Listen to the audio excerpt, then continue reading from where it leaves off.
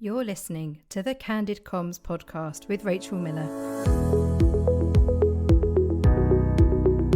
Join me every week for practical advice and inspirational ideas to help you focus on all things internal communication related.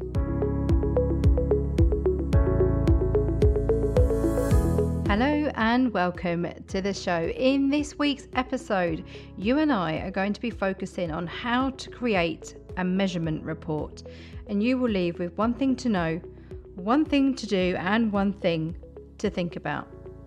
Are you ready? Let's get started. Have you been asked to create a measurement report for your internal communication? Or maybe you have one already, but you're not quite sure that it's good enough and you want to give it a bit of an overhaul. I'm really excited for you because as a result of listening to this episode, you will have a much clearer idea of exactly how to do that. Now, the first thing for us to know is to think about the format of your measurement report. If your organization communicates an Excel sheet, then that's what you're going to use. Or maybe if everything is always a paper to the board and everything's on Word or perhaps in PowerPoint, then that's what you'll need to use. There isn't a hard and fast rule in terms of what does a perfect measurement report look like. It will very much be determined by the way that your organization communicates. What I want you to be mindful of is who is the intended audience for this report.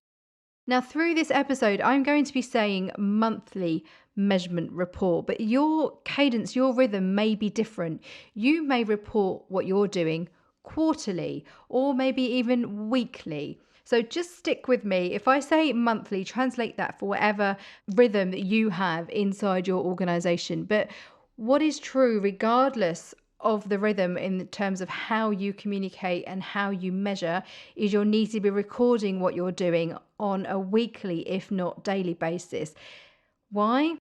Well, quite frankly, comms friends, if you get to a monthly measurement report and you get to the day where you need to gather the data and you haven't been capturing as you've been doing it, what you've been doing, trust me, it makes your life a lot harder. So your future self will thank you if you get into a really great habit of capturing what you're doing. Therefore, it makes measurement a lot easier. So we're going to stick with monthly measurement report for the purpose of this episode. Something you need to know is not only who it's intended for, so whether it's for your board or maybe it's for your director of internal communication, but what are they going to do with it? Now, I get to see a lot of measurement reports in my role at All Things IC. I see them on behalf of clients, so they share measurement reports with me. Now, I've seen some fantastic ones, and I've also seen some not so great ones. What stands out for me when I look at a measurement report, there's a number of criteria in my head and I'll share those with you. So what I want to look at is I want to know what is important to the business in this period of time. So we'll stick with monthly. So what was going on in the business in that month? What were the business priorities? What was the business strategy? If, for example, a new product or service was being rolled out in the business at that time for that period, so that month, for example, then that's a really important filter for me to look through for this measurement report. I should be able to see there should be a correlation between this is what was important in terms of the business at that point in time. This is what was going on. We were having a new leader was being introduced, a new product and service was being introduced, or maybe we were returning to our place of work. Whatever it is, it needs to be in there because it's context. It enables me to look at a measurement report. Now, particularly if you're in times of crisis, the best laid plans may not stack up because there's a crisis going on. So you may have said, we'll publish this many stories and do these particular events and these particular things. But then a crisis happened. So all your plans were scuppered. That needs to be in there. If I'm looking at a measurement report and I can see that you said you do X amount of stories and you've done Y amount, but I don't know why, I can't possibly look at that report and craft a meaningful picture from the data. And that's what you need to know. However you're reporting, be it in Excel, be it in PowerPoint, be it in Sheets, whatever you're using, whatever the methodology is, doesn't really matter. What matters is that you can craft a meaningful picture from that data, the story of that period. In terms of what good looks like for me when I'm looking at a measurement report, is it needs to be giving me a really clear picture of whether it's good or bad. Simple as that. So just seeing a list of stories, for example, tells me nothing. If I look at a long list of stories, and I've seen this in a client's measurement report where I opened it and it listed every single story they'd published on the intranet over the past 4 weeks. And I looked at it and I thought, this doesn't tell me anything. It shows me that they're being productive, they're being busy, which, great. But what I want to know is, are they busy on the right things? So there's this whole long list of stories, but were they the topics that you intended? How did that align with the business strategy? Is it more or less than you intended to do? Some teams use RAG status, red, amber, green status. So I can look at a page and it will tell me that. They might say something like, we plan to do 3 stories on our intranet a week, for example, over this month. And actually what we ended up doing was 5 stories a week. So we ended up doing more, and they'll give that a status with it red, amber or green in terms of is that good or not, and why not. Having context is really important. So if one of the reasons you're creating a monthly measurement report is because you want to prove that you don't have enough resource, for example, then I would make sure the methodology for the way I'm reporting is aligned with the business priorities. So I want to be able to see how is an internal communicator or an internal communication team prioritizing its work. So this is where understanding what the business priorities are is super important. So I'm able to look at it and say, these are all the things that they've done. They've done this many events or this many stories or this many campaigns. And is this more or less than what they plan to do? What's the context? What else was going on in the organization at the same time? Now, something that I rarely see, and I'm always really, really pleased to see it when it does occur, which isn't very often, is what have you said no to over the past month? That tells me about standards and internal communication. That helps me understand, as an external person looking in, it helps me understand the thinking process behind the way that internal communication happens inside the organization. I want to be able to see what an internal comms team are prioritizing, and hopefully it's aligned with what the business is prioritizing. So what are you saying no to, or what are you pushing out till next month? When I look at a measurement report, there should be a really healthy mix in terms of methods. It should be your numbers, your quantitative feedback, so numbers, stats, clicks, shares, likes, and then the colour in behind it as well, the gold dust, the qualitative feedback. This is where the good stuff happens for internal comms. It adds colour, it adds vibrancy, it helps you understand what is or isn't working through the minds of your employees, through their words, through their questions that they may be sending in, through their feedback, may even be rumours in there. Using the data that you have about the way your employees are thinking inside your organisation, you're going beyond the stats, you're diving in deeper.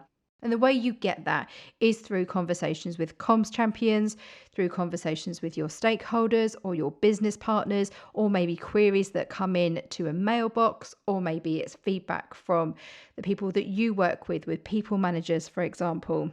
Whatever that looks like, if you need to anonymize them. But I want to see that. I want to see a really healthy mix of stats and numbers and then comments. It helps me understand the fuller picture. You need to craft a meaningful story from the data. So this is what we did. Is it better or worse than expected? What was going on in the organisation at the same time? What impact did that have on our internal communication? And what are we going to do differently next month? I mean, that's a pretty great structure right there. This is what we planned to do. This is what we actually did. This is what we think about it. This is what we're going to do differently next month.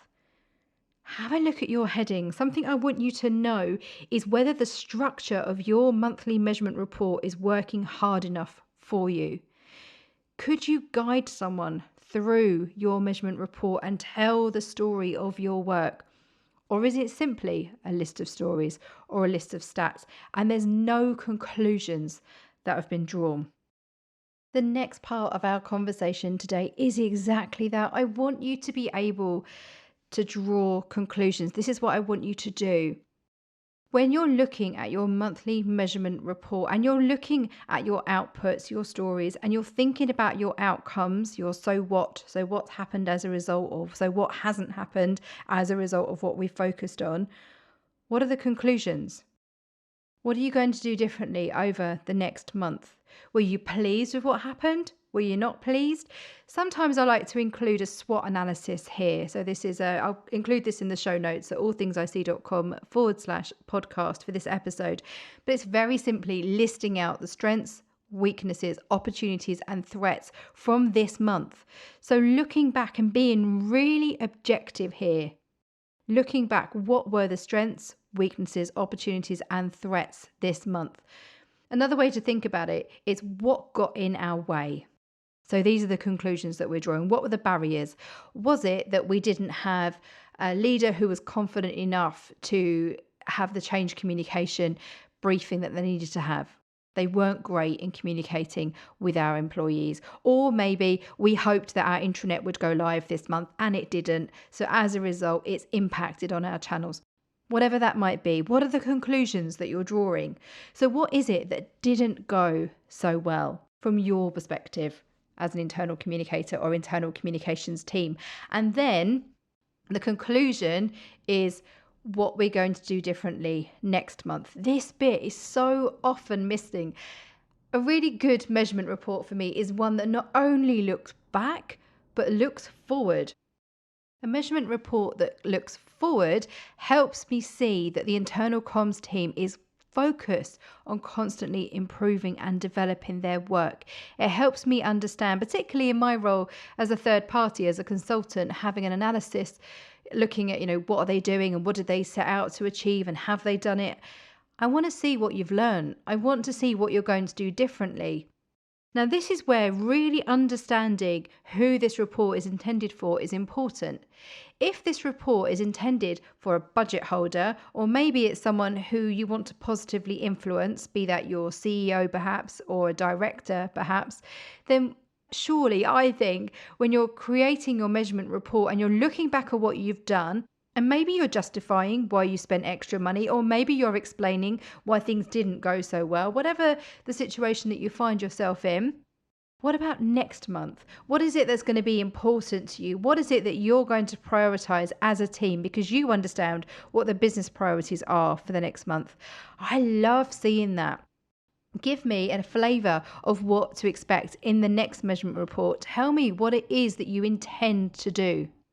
I use an intentions framework a lot within my work, and it's what do we want employees to do, say, think, feel, sometimes I add the word differently, as a result of our internal communication, and how do we want or need them to behave. I'll include the visual of that in the show notes at allthingsic.com/podcast in the show notes for this episode.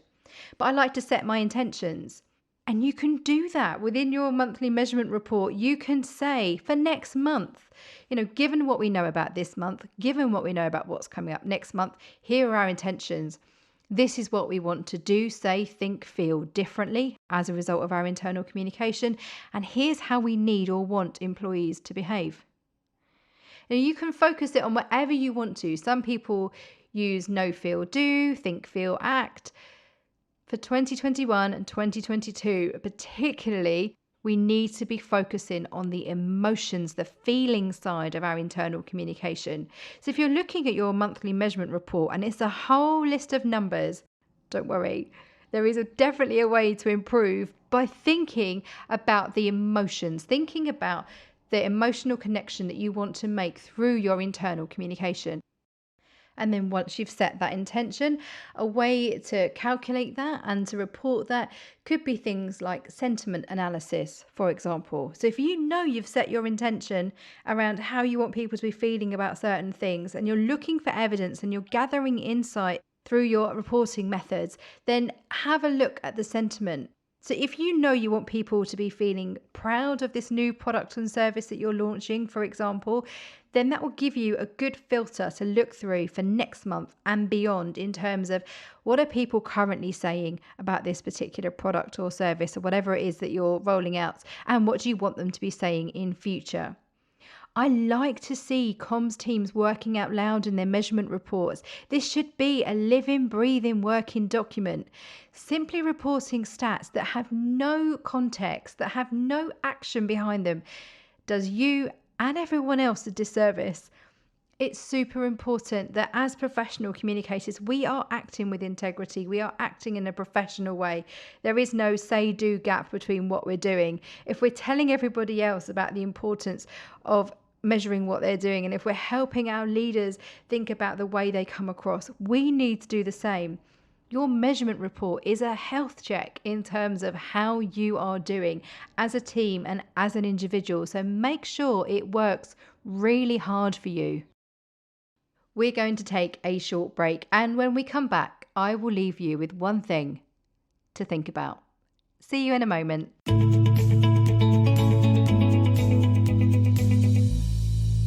Comms friends, I have a special offer for you. Because you are a listener of my Candid Comms podcast, you can save 10% off my range of online masterclasses. Simply head over to the website allthingsic.thinkific.com and use the code CandidComms at the checkout to save 10%. All of my online masterclasses have been designed to support you in various areas in the wonderful world of internal communication. Whether you're just starting out, whether you've got years of experience, whether you're thinking of becoming a comms consultant, or maybe you're about to start a new job. Whatever your situation, there will be an online masterclass for you. Head over to allthingsic.thinkific.com and don't forget to use the code CandidComms at the checkout to save 10%. And I hope to see you inside one of those masterclasses very soon.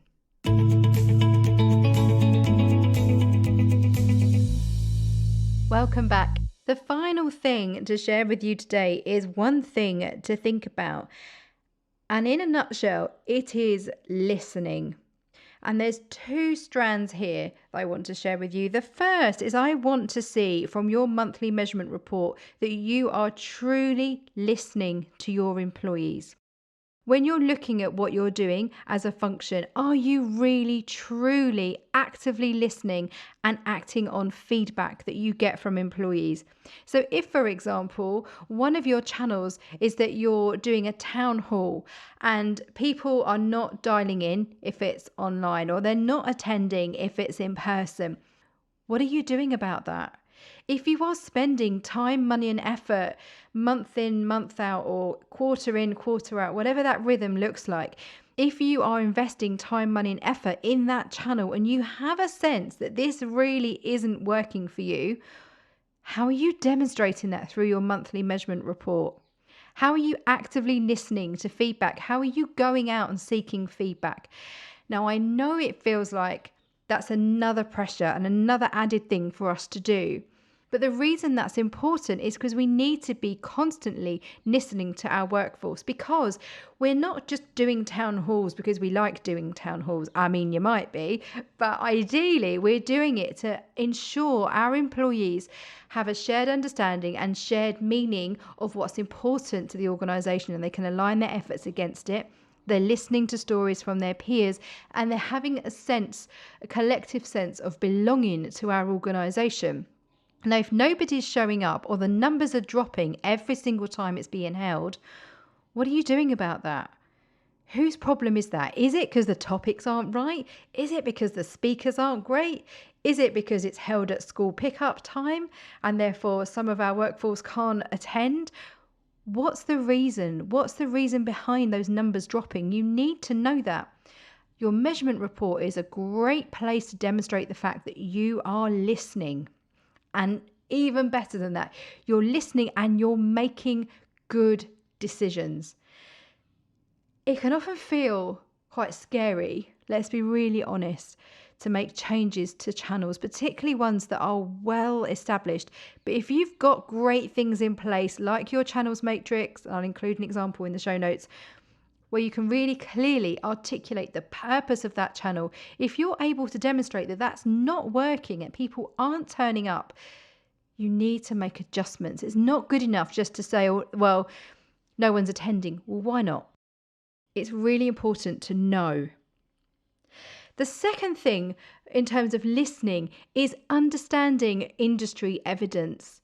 So if you feel like your channels aren't working in the right way this month and things haven't gone well, and you feel like maybe they're a bit stale and maybe you need a new one, or maybe you feel like what you're doing isn't quite right, then what are other people doing? What are your peers doing?